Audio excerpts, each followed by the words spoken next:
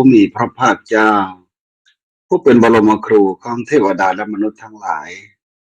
แม้จะปรินิพพานนานแล้วพระองค์นั้นได้เสียรเกล้า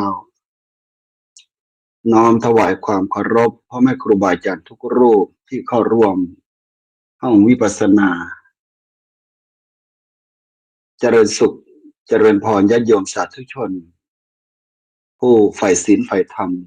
ทุกคนทุกท่านในโอกาสนี้วันนี้ก็ถือว่าเป็นโอกาสอันดีที่ได้รับอาราธนาให้ได้มาพบปะกล่าวธรรมกล่าววินัยในภาคของการปฏิบัติซึ่งก็ถือว่าเป็นสิ่งที่พุทธเจ้าทรงสรรเสริญชาวพุทธทั้งหลายส่วนมากก็จะเรียกได้ว่าเป็นพุทธแต่ในความคิดก็มีหรือในความจริงก็ไม่มากความคิดก็คือคิดว่าตัวเองก็ได้นับถือพุทธศาสนาแต่ว่าในความจริงการจะศึกษาหลักธรรมนำข้อธรรมไปปฏิบัตินั้นก็ไม่มากเท่าที่ควรจนจะให้ส่วนเซไปสู่ภาคของการทิ้งธรรมก็คือการไม่รู้ในธรรมะจริงๆว่าอะไรที่เป็นข้อปฏิบัติที่สำคัญที่ถูกต้องอะไรที่เป็นข้อปฏิบัติที่ไม่ถูกก็ทำให้ชาวพุทธส่วนใหญ่ก็เพียงแต่รู้ว่ามีพระพุทธศาสนาเป็นศาสนาที่สำคัญในประเทศไทยหรือในต่างประเทศก็ไม่มากเท่าที่ควรแต่หลักจริงๆที่สมควรจะได้ศึกษาเพื่อทำความเข้าใจก็ไม่สู้จะมากโดยเฉพาะคนรุ่นใหม่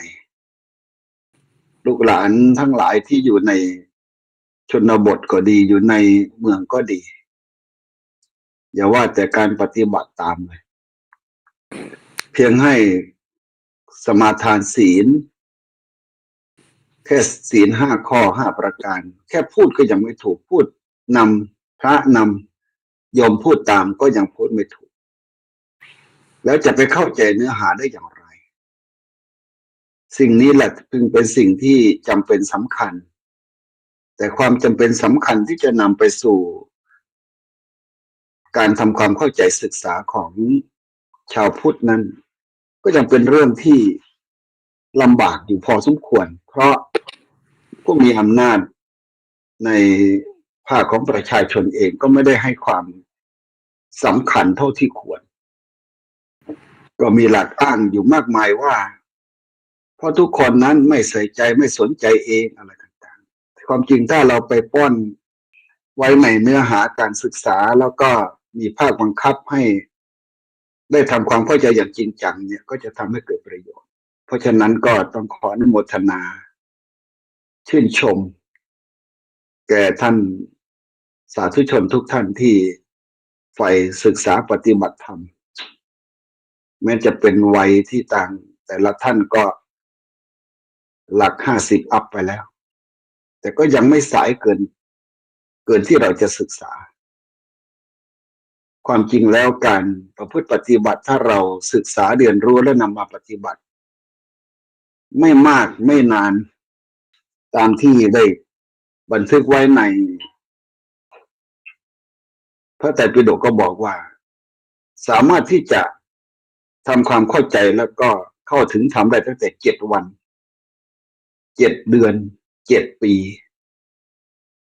ทำไมท่านถึงกล่าวไว้อย่างนี้เพราะถ้าผู้ที่มีความเข้าใจในหลักปริยัติอย่างดีแล้วเนี่ยแล้วก็นำมาปฏิบัติลงมือทำก็สามารถที่จะเข้าใจในภาคปฏิบัติได้อย่างชัดเจนในการปฏิบัตินั้นในสายของมหานิกายเองโดยเฉพาะสายวัดมหาธาตุที่เจ้าพระคุณสมเด็จได้นำเข้าสู่บทเรียนแล้วก็นำไปปฏิบัติอย่างจริงจังก็เรียกได้ว่าเรียกตามความเข้าใจร่วมกันว่าสาย มหาวิทยาลัยมหาจุฬาลงกรณราชวิทยาลัยหรือมจรเรียกว่าสายพองหนอยุบหนอคือที่เรียกว่าสายก็เพราะว่าเป็นแบ่งเป็นคณะเป็นสองภาคด้วยกันแต่ถามว่าการได้รวมหลักสูตรในการปฏิบัติก็มีหลวงพ่อเจ้าคุณวัดหลวงพ่อสดธรรมกายรามตอนนี้ท่านก็ได้ละสังขารไปแล้วเป็นประธานสปท.สำนักปฏิบัติธรรมประจำจังหวัดแห่งประเทศไทยศูนย์รวบรวมให้แต่ละสายของการปฏิบัติมีเอา5 สายมาทำความเข้าใจแล้วบันพิมพ์ลงเป็นเล่มมีสายพองหนอยุบหนอมีสายสัมมาอรหังมีสายรูปนามสายอานาปานสติก็แต่ละสายเนี่ยก็จะอธิบายบรรยายถึงความเป็นไปเป็นมาแต่เนื้อในใจความแล้วส่วนมากก็ถอดออกมาจากมหาสติปัฏฐานสูตรแต่ว่าวิธีการที่จะเข้าไปสู่การปฏิบัตินั้นก็มีหลากหลายเหมือนเส้นทางในการที่จะเดินทางเข้าสู่กรุงเทพมหานครในประเทศไทยจุดศูนย์รวมคือกรุงเทพแต่ว่าทางสายใต้ก็มีทางภาคเหนือก็มีภาคตะวันออกเฉียงเหนือก็มีภาคตะวันออกก็มีภาคตะวันตกก็มีแต่ละสายก็มุ่งไปสู่เป้าหมายเดียวกันอย่างนี้เป็นต้นเพราะฉะนั้นในหลักปฏิบัติในสติปัฏฐานสูตรหรือสติปัฏฐาน4เนี่ยเป็นข้อปฏิบัติเพื่อรู้แจ้งคือเข้าใจตามความเป็นจริงของสิ่งทั้งปวงโดยไม่ถูกกิเลสครอบงำสติปัฏฐานมี4อย่างการตามอนุปัสสนาในกายเวทนาจิตและธรรมสติปัฏฐานถ้าจะเปรียบเทียบก็คือการเปรียบเทียบให้เหมือนกับศีล5นี่ก็ได้เพราะโดยคำว่าสติหมายถึงความรู้ลึกการระลึกรู้ไม่ลืมสติเป็นเจตสิกที่เกิดกับจิตที่ดีงามเท่านั้นไม่เกิดกับอกุศลคอยช่วยให้จิตที่ดีงามนึกถึงแต่เรื่องที่เป็นประโยชน์ให้ผลเป็นความสุขและลึกถึงแต่สิ่งที่ไม่ก่อให้เกิดโทษคือกิเลสส่วนปัฏฐานก็แปลได้หลายอย่างนะแต่ในมหาสติปัฏฐานสูตรท่านแปลว่าหมายคือความตั้งมั่นหรือความแน่วแน่ความมุ่งมั่นไม่ปล่อยเวลาให้เสียประโยชน์นั่นเองโดยรวมก็คือเข้าไปรู้เห็นอะไรในสิ่งทั้งหลายตามความเป็นจริงคือวงจรปฏิจจสมุปบาทเพื่อให้เห็นไตรลักษณ์หรือสามัญลักษณะจนละคลายความยึดติดด้วยอำนาจกิเลสทั้งปวงเรามาดูในหลักนิดหนึ่งว่ากายานุปัสสนาสติปัฏฐานที่ท่านได้บันทึกหลักเอาไว้ในพระไตรปิฎกซึ่งเป็นสิ่งที่ถ้าเราไปศึกษาให้ดีเนี่ยทำไมพระพุทธเจ้าจึงได้กล่าวเรื่องนี้ไว้ใน4 หัวข้อใหญ่ว่าในกายเนี่ยกายานุปัสสนาสติปัฏฐานท่านก็จะมาแบ่งภาคออกว่าอานาปานบัพพะเนี่ยภิกษุพิจารณาเห็นกายในกายอยู่อย่างไรเล่าภิกษุในธรรมวินัยนี้ท่านบอกให้นั่งคูบัลลังก์ตั้งกายตรงดำรงสติไว้เฉพาะหน้าเธอมีสติหายใจออกมีสติหายใจเข้าเมื่อหายใจออกยาวก็รู้ชัดว่าหายใจออกเราหายใจออกยาวเมื่อหายใจเข้ายาวก็รู้ชัดว่าเราหายใจเข้ายาวเมื่อหายใจออกสั้นก็รู้ชัดว่าเราหายใจออกสั้นเมื่อหายใจเข้าสั้นก็รู้ชัดว่าเราหายใจเข้าสั้นย่อมสำเนียกว่าเราจะเป็นผู้กำหนดรู้ตลอดกองลมหายใจทั้งปวงหายใจออกย่อมสำเนียกว่าเราจะเป็นผู้กำหนดรู้ตลอดกองลมหายใจทั้งปวงหายใจเข้าย่อมสำเนียกว่าเราจะระงับกายสังขารหายใจออกย่อมสำเนียกว่าเราจะระงับกายสังขารหายใจเข้า ในเบื้องต้นจะเห็นว่าถ้าในเราพิจารณาถึงขั้นตอนวิธีการในการที่จะปฏิบัติหลักนี้คือตรงตามกันหมดว่าในสติปัฏฐานเป็นไปเพื่อลงมือปฏิบัติท่านถึงบอกนั่งคูบัลลังก์ตั้งกายให้ตรงดำรงสติให้มั่นนั่นก็หมายความว่าใช้อะไรใช้อานาปานสติคือการดูลมหายใจหายใจเข้าหายใจออกเอาสติมาจับอยู่ที่ลมหายใจการปฏิบัติธรรมทั้งปวงสติเป็นใหญ่ในธรรมทั้งปวงทำไมท่านต้องให้เราดูลมหายใจหลายสำนักหลายครูบาอาจารย์ที่ท่านไปสอนสมาธิทั้งหลายก็คือเอาเรื่องลมหายใจเป็นที่ตั้งเพราะทุกคนมีลมหายใจการประพฤติปฏิบัติจะมีกี่เส้นสายลายทางก็ตามแต่ในอานาปานสตินี่เป็นของดั้งเดิมเป็นสิ่งที่พระพุทธเจ้าทรงวางไว้ให้ดูลมหายใจเข้ายาวออกยาวเข้าสั้นออกสั้นเอาสติมาจับอยู่กับลมจับจนสามารถที่จะเห็นความละเอียดถามว่าใช้เวลาขนาดไหนอยู่ที่ความภาคเพียรอยู่ที่ความตั้งใจของแต่ละท่านไม่เหมือนกันว่าเราถูกฝึกหัดดัดกายมาขนาดไหนเราใส่ใจมากเท่าไหร่เรามีความเพียรมากเท่าใด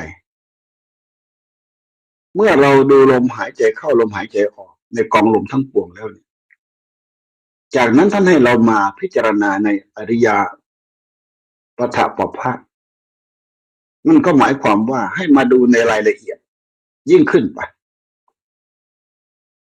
การมีสติมีสัมปชัญญะเป็นตัวกำกับอยู่เนี่ยท่านให้เรามาดูใน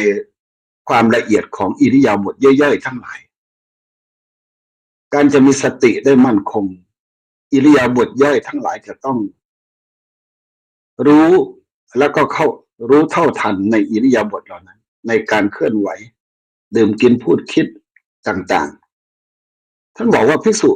เมื่อเดินก็รู้ชัดว่าเราเดินเมื่อยืนก็รู้ชัดว่าเรายืนเมื่อนั่งก็รู้ชัดว่าเรานั่งเมื่อนอนก็รู้ชัดว่าเรานอนหรือเธอตั้งกายไว้ด้วยอาการอย่างใดอย่างใดก็รู้ชัดอาการอย่างนั้นนั่นหมายความว่าให้เราทำตัวรู้ตัวทั่วพร้อมนั่นเองสติถ้าแปลโดยตรงก็คือความระลึกได้ก่อนทำก่อนพูดก่อนคิดแต่ขณะเดียวกันต้องมีสัมปชัญญะรู้ตัวขณะทำขณะพูดขณะคิดเป็นตัวกำกับเมื่อบอกว่าเราเดินก็รู้ว่าเดินก็เอาสติไปจับอยู่ในอาการของการเดินบางคนบอกว่าถ้าไปจับอย่างนั้นมันจะไม่เชื่องช้าเหมือนคนพิการใช่คือความจริงท่านบอกอยู่เป็นในว่าคนปฏิบัติเนี่ยผู้ปฏิบัติธรรมทั้งหลายทำเหมือนคนป่วยอาจารย์โยมไปเล็กทั้งหลายคือทำเหมือนคนป่วยนะคือใส่ใจเหมือนคนป่วยก็จะทนุถนอมร่างกายใช่ไหมเวลาเราเจ็บไข้ได้ป่วยจะลุกจะนั่งก็โอ้ยค่อยๆลุกนะทำเชื่องค่อยๆไปให้สติมันทันให้สัมปชัญญะมันจับได้อิริยาบถนั้นได้ทันเมื่อยืนก็รู้ว่ายืนเรายืนก็ทำตัวทั่วพร้อมว่าเรากำลังยืนขึ้นเมื่อนั่งจะนั่งลงก็รู้ว่าเรากำลังจะนั่งโดยอาการโดยลักษณะนั่ง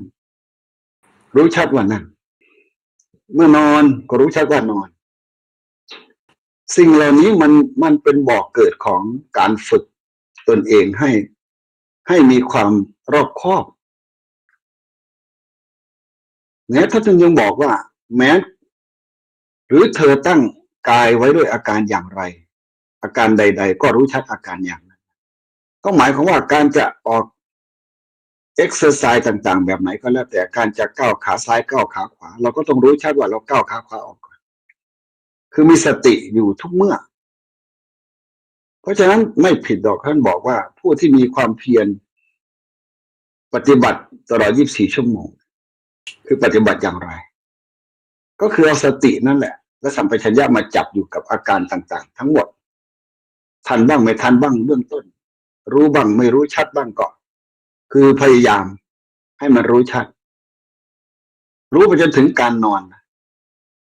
ถ้าไปปฏิบัติในข้อจริงๆเนี่ยท่านก็จะบอกชัดไปจนถึงเวลานอนเวลานอนเนี่ยถ้าเราฝึกไประดับหนึ่งแล้วเนี่ยมันกำหนดได้ไม่กระทั่งเวลากระทั่งอาการต่างๆรู้ชัดไปจนถึงการหลับและขณะหลับนี่เราก็ท่านก็ให้สังเกตถ้าจะเอาอานาปานสติก็ดูลมหายใจ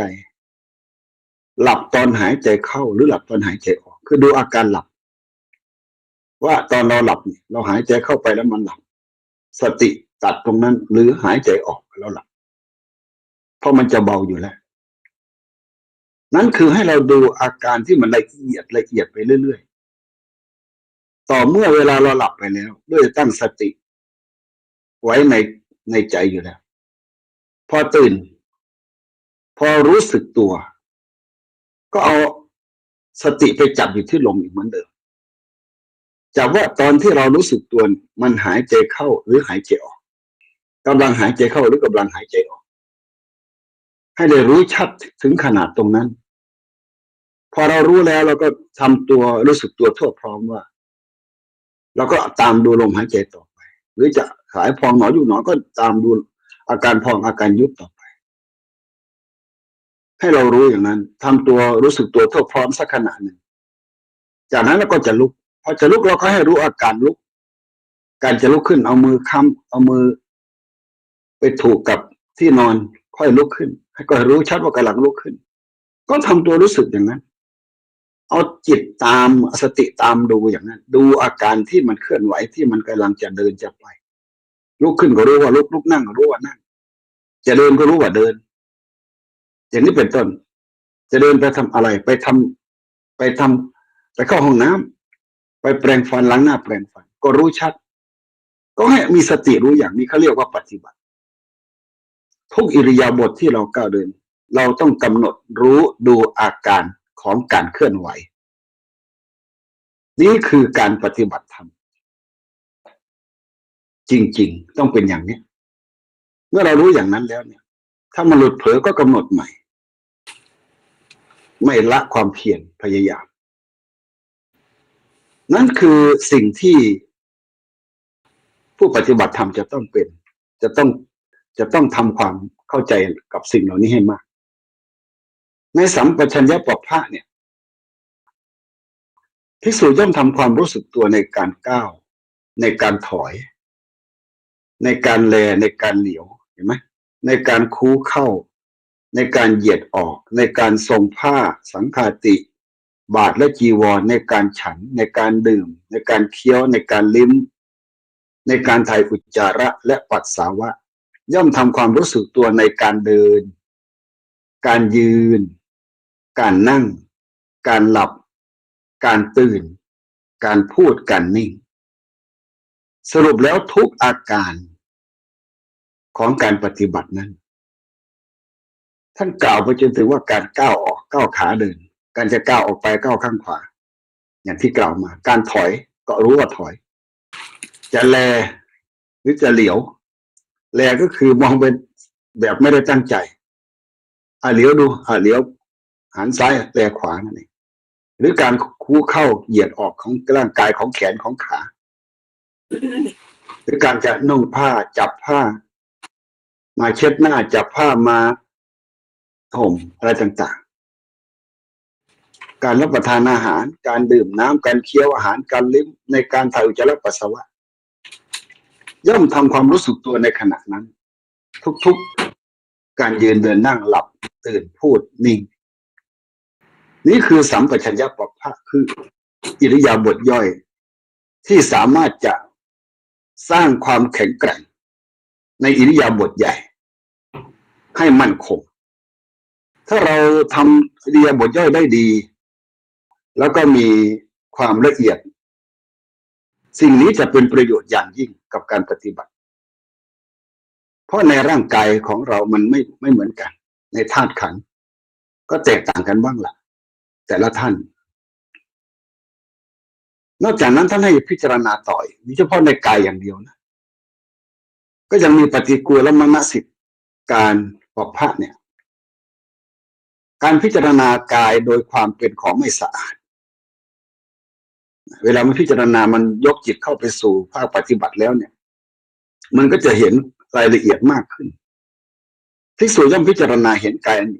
ยนี้แหละแต่พื้นเท้าขึ้นไปแต่ปลายผมลงมามีหนังเป็นที่สุดรอบ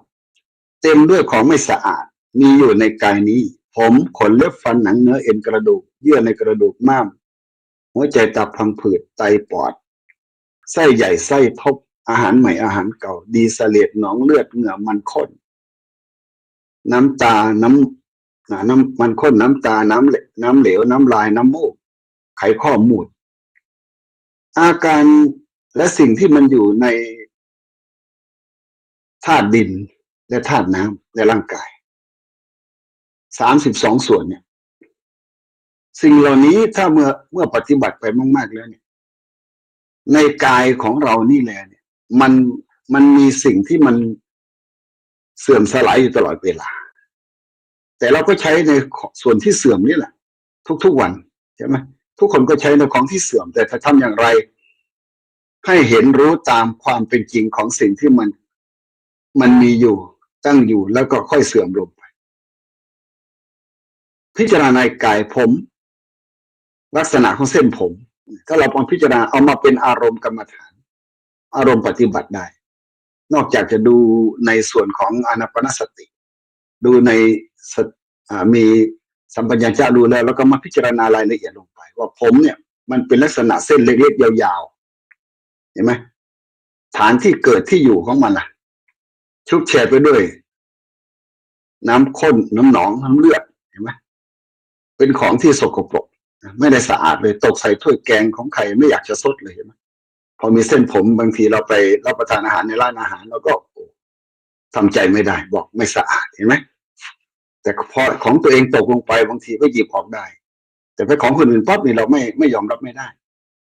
นี่มีลักษณะอย่างนี้เส้นผอมๆยาวๆเนี่ยมันก็ไม่ได้มีอะไรมากมายแต่ว่าถ้าพิจารณาโดยฐานของมันไม่ได้สะอาดขนก็เช่นเดียวกันเห็นไหมขนก็เกิดตามผิวของเราก็เป็นชุบแชร์ไปด้วยน้ำเลือดและหนองเหมือนกันมีจำนวนมากด้วยไม่รู้กี่เส้นขน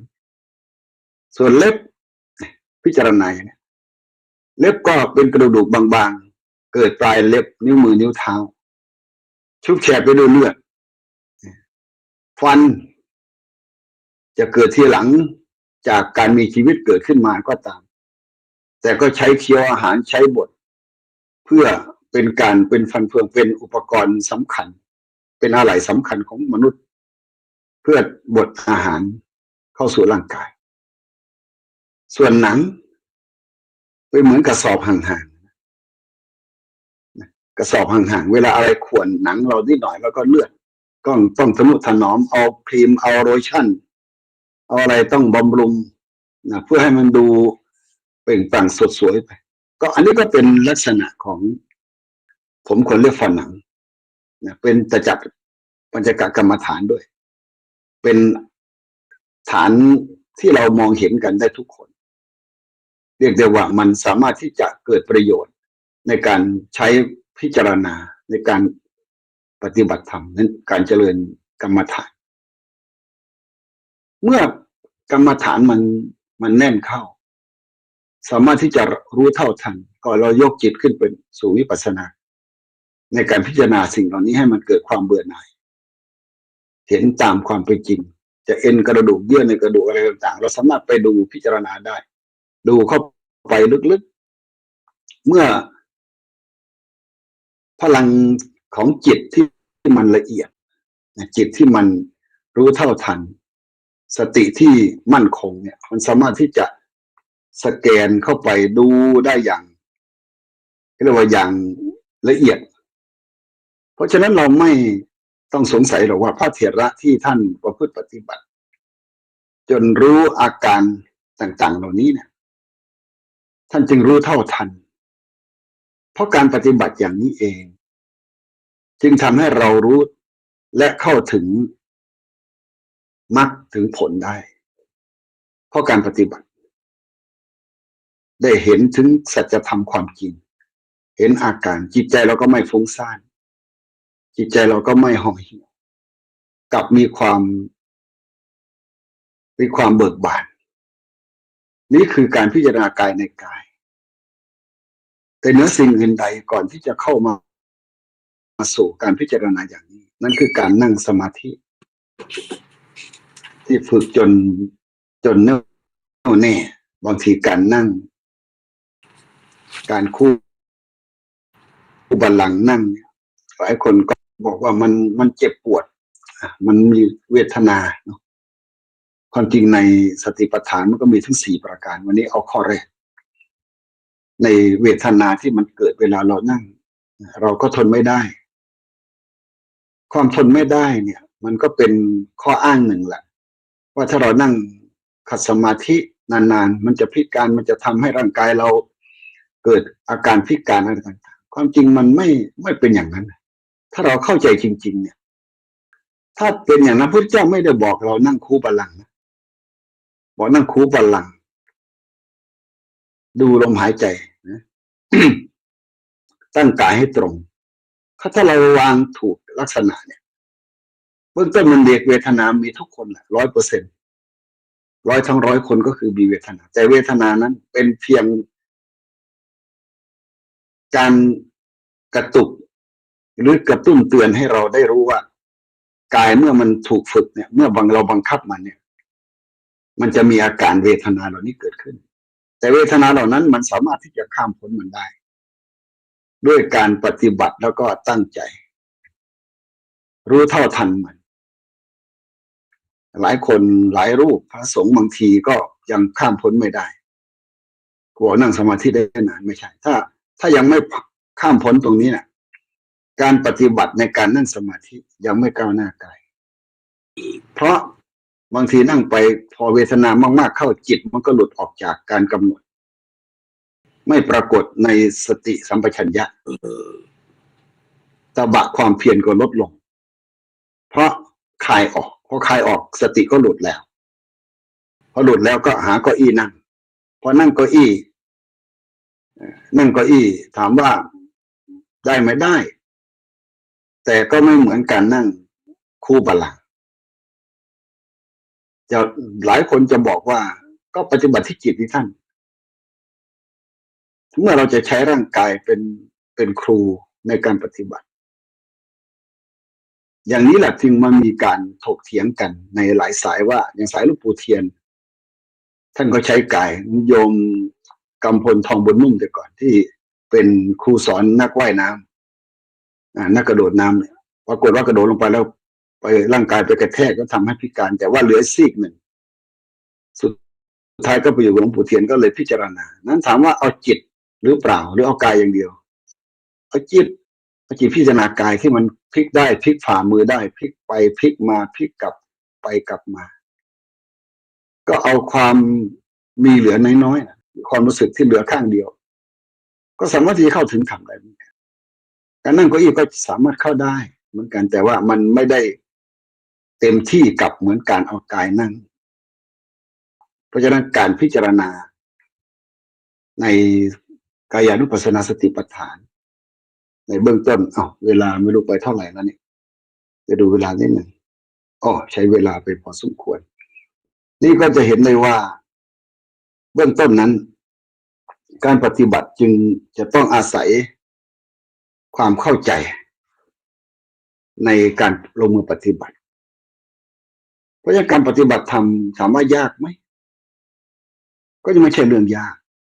ถ้าเราสนใจใฝ่ที่จะปฏิบัติเพราะการปฏิบัติมากๆเข้าเนี่ยสติที่มันควบคุมดูแลได้กำกับร่างกายได้มันจะมีพลังเห็นหลายรูปนะดูใครล่ะที่เจ้าพระคุณสมเด็จพระสังฆราชตอนนี้พระองค์อายุ พระชนมายุถึง98แล้วเนี่ยนั่นคือพระองค์ใช้ทำใช้การปฏิบัติหล่อเลี้ยงกายหล่อเลี้ยงจิตหรือหลวงพ่อสมเด็จพระญาณวชิโรดมพ่อวิริยังมีชนมายุถึง100 ปีแต่ก่อนจะถึง100ท่านก็ไม่ได้เจ็บป่วยไม่ได้เดินยังปฏิบัติได้นั่นมันบ่งบอกว่าการประพฤติปฏิบัตินั้นมันกลับสร้างความแข็งแกร่งสร้างความมั่นคงให้แก่ธาตุขันธ์ร่างกายของเราอย่างเห็นได้ชัดเลยว่าจะต้องอาศัยการปฏิบัติธรรมนี่เองเป็นการรักษาโรคภายในโรคภายในที่เกิดจากการบริโภคอาหารการรับประทานอาหารหรือว่าการออกกำลังกายใน5 อออกกำลังกายอาหารอากาศอารมณ์ไหมอาจมอย่างนี้เป็นต้น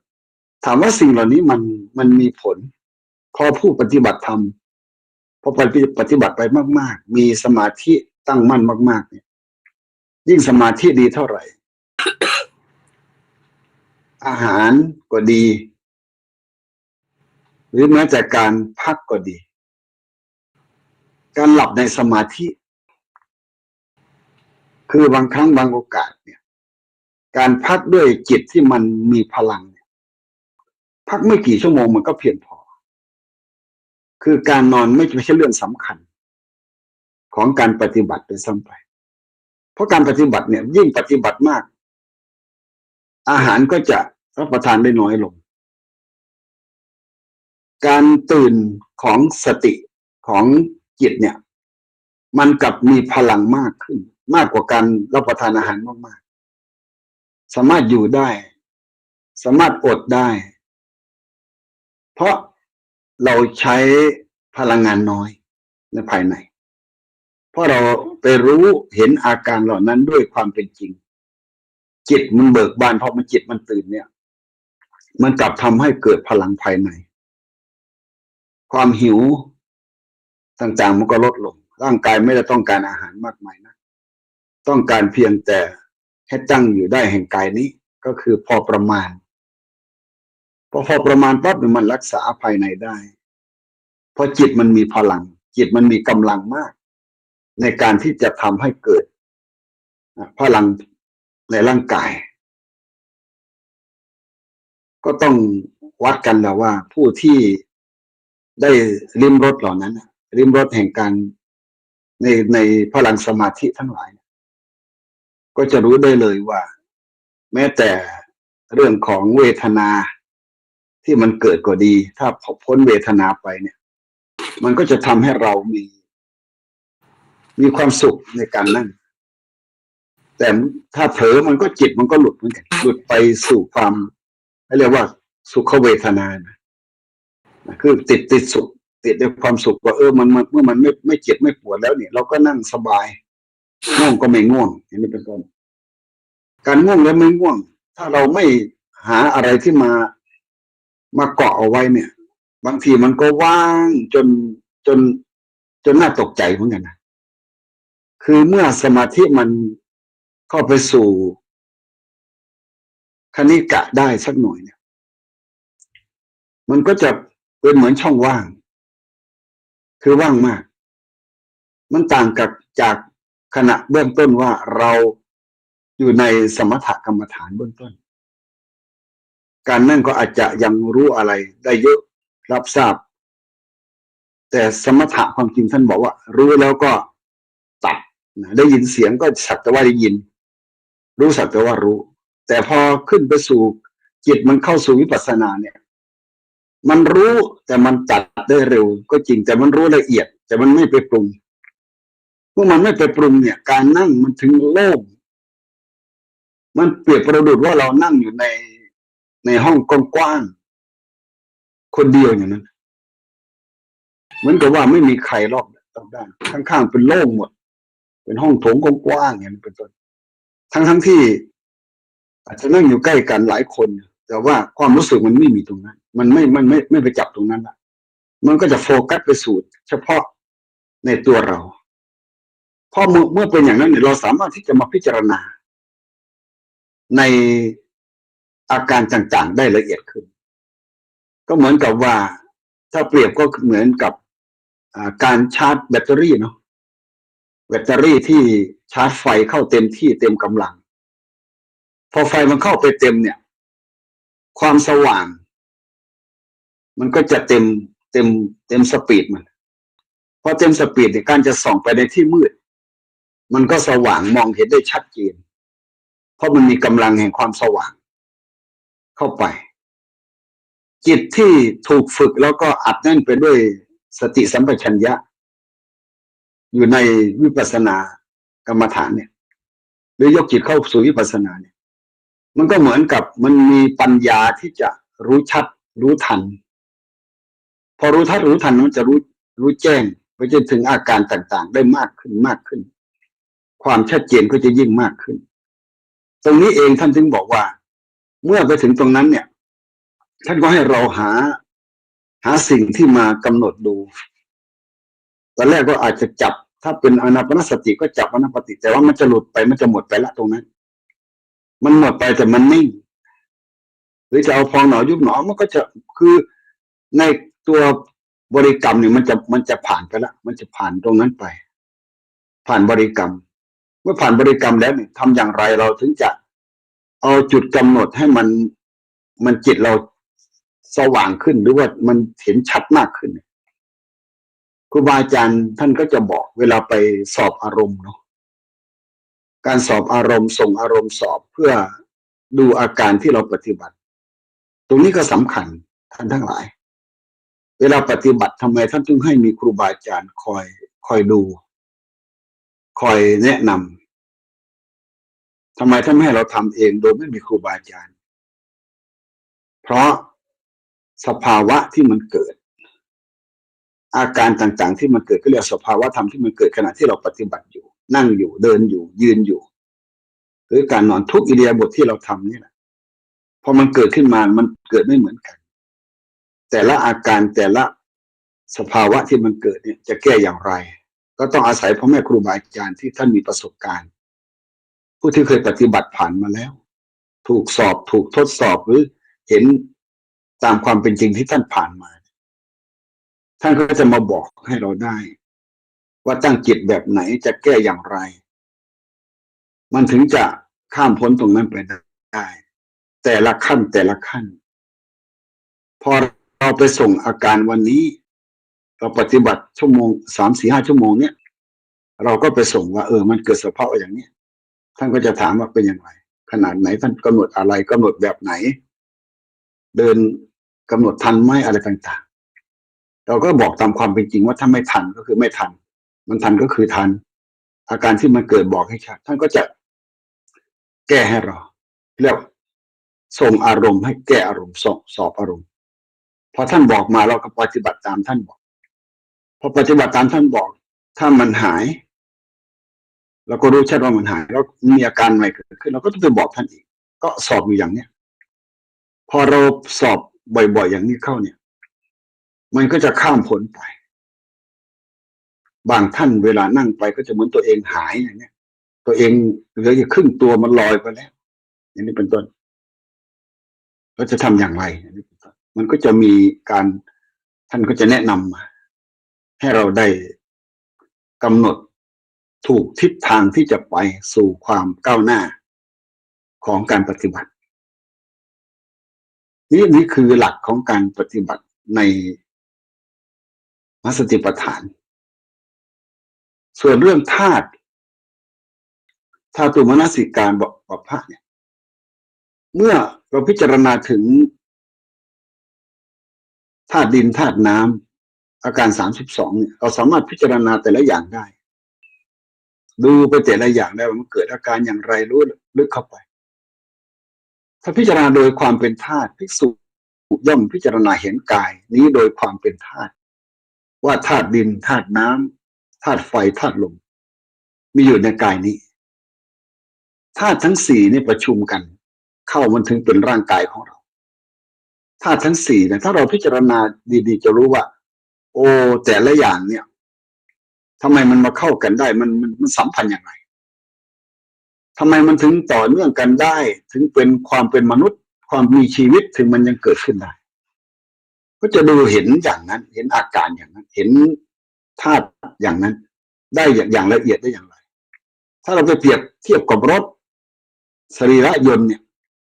อันนั้นเป็นล้ออันนั้นเป็นเพลาอันนี้เป็นเครื่องอันนี้เป็นลูกสูบใช่ไหมมันสัมพันธ์กันอย่างไรมันถึงสามารถที่จะขับเคลื่อนไปได้พออะไรมันสุดมันเสื่อมลง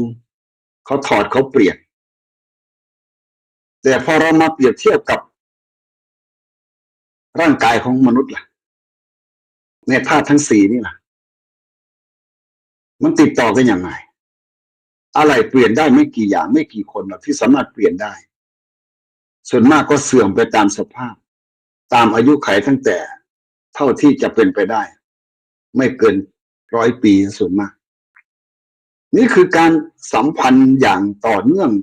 จริงจังตอนเกิดมาแรกๆแล้วก็ไปพิจารณาถึงการเกิดเห็นไหมของชีวิตหนึ่งเป็นกาละเป็นน้ำเชื้อของพ่อไปผสมเห็นไหมกับของแม่ทำให้เกิดเป็นสิ่งมีชีวิตเกิดขึ้นมาเป็นก้อนเลือดเป็นก้อนเนื้อค่อยแตกก้านสาขาค่อยเป็นอะไรต่างๆดูประดุจว่ามันเป็นอะไรที่อัศจรรย์ในกายของมนุษย์พอเกิดขึ้นมาจะมีศักยภาพมีสติปัญญาสามารถพัฒนาสามารถมีนวัตกรรมต่างๆก็จากน้ำมือมนุษย์บางสิ่งบางอย่างเอามาผสมกันเอามารวมกันด้วยการคิดวิเคราะห์ทำให้เกิดพลังงานทำให้เกิดอะตอมนิวตันใดต่างๆแม้ทุกวันนี้ยังก้าวไปอีกระดับหนึ่งเรียกว่าปัญญาประดิษฐ์หรือ AI จากสิ่งที่ใหญ่ก็ทำย่อลงมาเป็นที่เรียกเป็นไมโครเป็นเล็กๆจะเป็นมือถือโทรศัพท์สมาร์ทโฟนจะมาเป็นกล้องหรือตัวบันทึกข้อมูลเห็นไหมจากแต่ก่อนโอ้โหเบลอเบล่าแผ่นดิสเกตต่างๆแต่ทุกวันนี้โทรศัพท์สมาร์ทโฟนเครื่องเดียวบรรจุทั่วทุกอย่างในนั้นทำได้ทุกอย่างนั้นแสดงให้เห็นว่าธาตุเหล่านี้มันก็มีความสืบต่อกันโดยธรรมชาติโดยความสืบเนื่องถ้าเราพิจารณาถึงธาตุดินมีตั้ง20 กว่าอย่างแต่ละอย่างอาการเกิดแตกต่างกันธาตุน้ำน้ำหล่อเลี้ยงร่างกายมีถึง12 อย่างธาตุไฟความอบอุ่นในร่างกายไฟภายในไฟที่มันเผาผลาญอาหารที่เราบริโภคเข้าไปไฟทำให้ร่างกายอบอุ่นมันทำให้เราอบอุ่นขึ้นมาได้หรือธาตุลมที่ลมเบื้องต่ำเบื้องสูงลมอัศสะปัสสะลมหายใจที่มันเข้าออกโดยเป็นอัตโนมัติพิจารณาอย่างนี้กลับไปกลับมาให้ละเอียดมากขึ้นก็จะเห็นความต่อเนื่องท่านผู้ปฏิบัติที่เข้าถึงธรรมท่านก็จะเห็นถึงอาการถึงธาตุเหล่านี้ได้ชัดเจนขึ้นดูลมเห็นลมเข้าออกได้ชัดขึ้นเข้าไปลึกขนาดไหนก็รู้ออกมากระทบอะไรก็รู้นอกจากนั้นเมื่อโดยธาตุแล้วยังมาด้วยอะไรล่ะพิจารณาลึกเข้าไปอีกพิจารณากายโดยความเป็นซากศพไหมในนวสีวัติกาบพะนอกจากพิจารณาในธาตุของตนแล้วยังมาพิจารณาในธาตุของคนอื่นให้มันชัดขึ้นให้มันมีอาการด้วยกรรมฐาน40 อย่างนี้เนาะหนึ่งในนั้นก็คือการพิจารณาในอสุภกรรมฐานพิจารณาในซากศพพิสูจน์พึงเห็นกายที่เขาทิ้งไว้ในป่าช้าตายแล้ววันหนึ่งบ้าง2 วันบ้าง3 วันบ้างที่ขึ้นพองมีสีเขียวน่าเกลียดมีน้ำเหลืองไหลน่าเกลียดฝูงนกฝูงสัตว์หมู่สัตว์ตัวเล็กตัวน้อยต่างๆกัดกินอยู่บ้าง เป็นร่างกระดูกยังมีเนื้อและเลือดยังมีเส้นเอ็นที่ผูกรัดอยู่เป็นร่างกระดูกปราศจากเนื้อแต่ยังเปื้อนเลือดยังมีเส้นเอ็นผูกรัดอยู่เป็นร่างกระดูกอย่างนี้เป็นต้นคือในโครงกระดูกก็ตามในร่างกายที่ตายใหม่ๆทุกวันคงเห็นได้ยากนอกจากหลายวัดที่ท่านนำร่างที่บริจาคมาแล้วก็มาใส่ตู้ถามว่าจะไปเห็นในร่างที่เปื่อยเน่าหรือขึ้นอืด3 วัน 4 วันคงหาดูได้ยากทุกวันเพราะนั่นคือกลายเป็นกฎหมายบังคับเห็นแต่ครั้งพุทธกาลพระพุทธเจ้าได้เอาศพของนางสิริมาใช่ไหมนางสิริมาเป็นหญิงงามเมืองแม้นตายแล้วก็ยังมีค่าสำหรับผู้ปฏิบัติทั้งภิกษุแล้วก็วาสกอุบาสิกาทั้งหลายพอตายเสร็จพระเจ้าแผ่นดินยังไม่กล้าจะเผานางเลยต้องมาถามพระพุทธเจ้าก่อนพระพุทธเจ้าก็บอกว่าเดี๋ยวก่อนให้ทหารพระองค์รักษาศพเอาไว้สัก3 วัน 4 วันพอได้โอกาสพระองค์ก็เลยได้แจ้งข่าวเตือนว่าตอนนี้ได้เวลาไปดูศพนางเห็นไหมว่าเอาศพมาเป็นครูในการสอนพระเจ้าใช้อะไรใช้ซากศพเพราะศพนั้นได้ตายหลายวันก็เริ่มมีอะไรนะขึ้นพองมีสีเขียวหน้าเกลียดก็เริ่มตาเขียวเนาะเริ่มเหมือนกับสัตว์เล็กสัตว์น้อยสัตว์เดรัจฉานทั่วไปที่เวลามันตาย2-3 วันเราก็จะเห็นได้มันก็จะขึ้นเขียวมีขอบตาเขียวตอนนี้มีเลือดมันก็จะช้ำขึ้นมาหนักเข้าก็จะมีฝูงหนอนต่างๆสัตว์เล็กน้อยก็ที่มันกินเนื้อกินของเน่าเป็นอาหารมันก็จะกินก็จะกัดจนเหลือเป็นร่างเป็นกระดูกอะไรต่างๆทั้งนั้นเนี่ยเพราะกระดูกหรืออะไรต่างๆที่มันปราศจากซึ่งเนื้อและเอ็นซึ่งเนื้อและเลือดทั้งหลายแล้วเนี่ยมันก็จะเหลือโครงท่านก็ให้พิจารณาอย่างนั้นดูอย่างนั้นให้เห็นอะไรเห็นความเปลี่ยนแปลงของร่างกายของมนุษย์ว่าเมื่อเราดูว่ามันสวยมันงามก็ให้มันตรงกันข้ามกับสิ่งที่มันเห็นอยู่เฉพาะหน้าคือเป็นอสุภกรรมฐานมันก็ไปเปรียบเทียบกับผู้ที่มีจริตเรียกว่าราคะจริตการจะปฏิบัติให้ได้ผลดีเราต้องมาดูจริตเราด้วยการพิจารณาอะไรคนที่มีราคะจริตก็จะเห็นแต่ทุกอย่างเป็นของสวยงามมันละได้ยากละความงามเหล่านั้นได้ยากพิจารณาไม่ชัดได้ยากมากก็ต้องเอาสิ่งที่มันเป็นปฏิกูลสิ่งที่มันเป็นอสุภะเหล่านี้มาดูให้มันเห็นประจักษ์ให้มันจำภาพเหล่านั้นไว้มันก็จะไปเปรียบเทียบกันระหว่างความงามความสวยความงามกับสิ่งที่มันเริ่มเปลี่ยนแปลงไปที่น่าเกลียดที่น้ำเหลืองอะไรไหลออกอะไรต่างๆตรงนี้มันก็จะทำให้เกิดความเบื่อหน่ายได้เร็วขึ้นทำให้เห็นถึงความเป็นจริงมากขึ้นอย่างนี้เป็นสิ่งที่ควรจะดู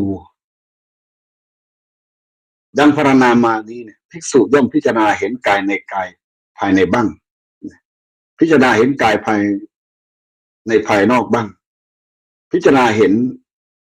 กายในภายทั้งภายในและภายนอกบ้างพิจารณาเห็นธรรมคือความเกิดขึ้นในกายบ้าง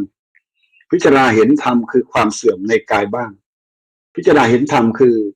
ทั้งความเกิดขึ้นทั้งความเสื่อมในกายบ้างสติของผู้ปฏิบัติที่ตั้งมั่นอยู่ว่ากายมีอยู่สักเพียงแต่ว่ากายสักแต่ว่าความรู้เพียงสักว่าอาศัยระลึกเท่านั้นเธอเป็นผู้อันตัณหาและทิฏฐิไม่อาศัยอยู่แล้วและไม่ถือมั่นอะไรในโลกอย่างนี้แหละภิกษุชื่อว่าพิจารณาเห็นกายในกายอยู่ญาติโยมท่านทั้งหลายผู้ปฏิบัติถ้าเมื่อเราพิจารณาตั้งแต่ต้นมา